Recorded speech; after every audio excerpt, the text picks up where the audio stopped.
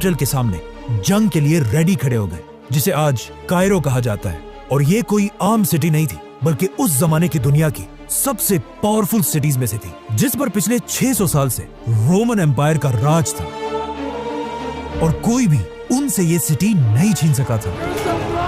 मुसलमानों की फौज ने सीधा आकर इस सिटी के सामने अपने टेंट्स लगाए और जंग के लिए बिल्कुल रेडी हुए, जिसे देखकर रोमन्स ने भी अपनी पूरी फौज को मुसलमानों के सामने खड़ा किया, जिसमें बच्चे, औरतें, बूढ़े सब शामिल थे, ताकि ये करने से मुसलमानों के दिलों में उनका खौफ बैठ जाए। बट वो किसको डरा रहे थे? मुसलमानों को?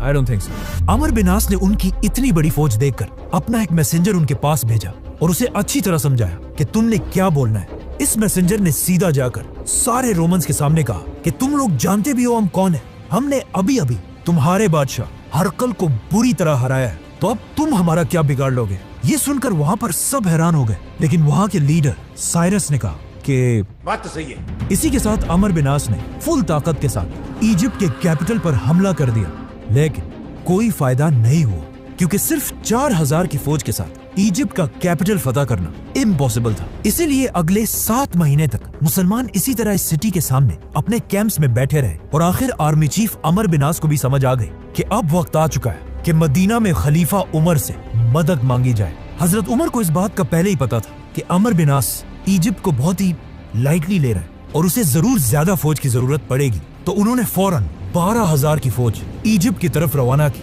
और इस फौज का लीडर एक बहुत बड़ा सहाबी जुबैर बिन अवाम को बनाया।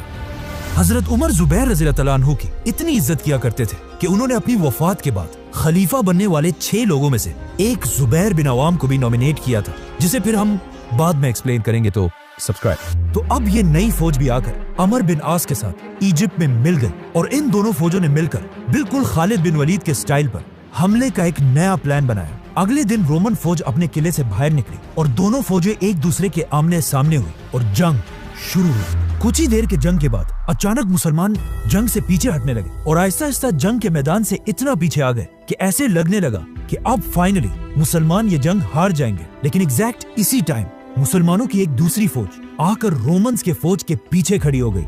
ये देखकर अमर बिन आस ने दोबारा हमले का हुक्म दिया। इस तरह मुसलमानों ने रोमन्स की फौज को हर तरफ से घेर लिया और फिर इन्हें क्रश कर दिया। लेकिन इस सब के बाद भी मुसलमान इस सिटी में दाखिल ना हो सके। आखिर एक दिन जुबैर बिन अवाम रज़ियल्लाहु अन्हु ने तंग आकर एक बहुत ही बोल्ड डिसीजन लिया और अपने कुछ ही साथियों के साथ रात के अंधेरे में इस सिटी के अंदर दाखिल हुए और सीधा जाकर मुसलमानों के लिए गेट खोल दी।